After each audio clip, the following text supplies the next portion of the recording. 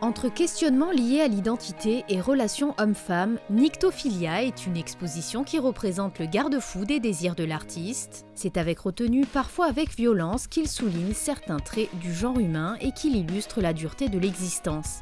Des portraits miniatures parsèment le mur de la galerie de manière très scénographique. Au travers d'une date, ces visages brouillent véritablement les frontières entre connaissance et reconnaissance. Une série de dessins parmi des iconographies et des souvenirs personnels symbolise l'inconscient sous forme de journal intime. Et enfin, les sculptures qui peuplent le reste de l'espace font apprécier aux visiteurs cet univers hallucinatoire, rempli d'une vision imaginaire propre à l'artiste.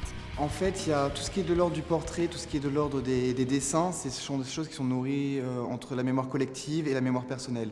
Il y a des souvenirs dans les dessins qui sont de l'ordre de mes souvenirs propres, qui sont mélangés à des images qui viennent de la mémoire collective, des images de masse qu'on peut retrouver sur Internet ou ailleurs.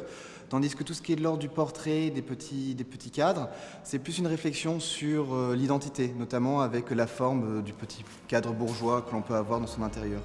Et j'ai aussi joué donc, par rapport à la scénographie avec justement les boiseries qu'il y a dans la galerie, le mobilier, le fait qu'il y ait une cheminée, donc pour justement que ça fasse un espèce d'univers où on peut identifier en tout cas une espèce d'habitat.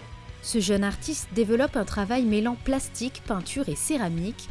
Les supports de toutes ses œuvres d'art sont issus de la récupération.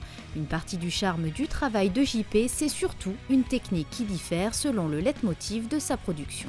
Chaque projet, par exemple les céramiques, c'est surtout la série des petites sculptures de Fata Morgana, c'est plutôt quelque chose de très instinctif et qui se monte très vite, tandis que les crépuscules Molotov, avec une fumée qui s'en dégage, c'est beaucoup plus quelque chose dans un travail que j'ai réfléchi beaucoup plus en amont avant de le mettre en pied. Ce jeune diplômé de l'École supérieure d'art plastique de Monaco s'envolera très prochainement pour Paris, là où il souhaite démarrer sa future carrière d'artiste.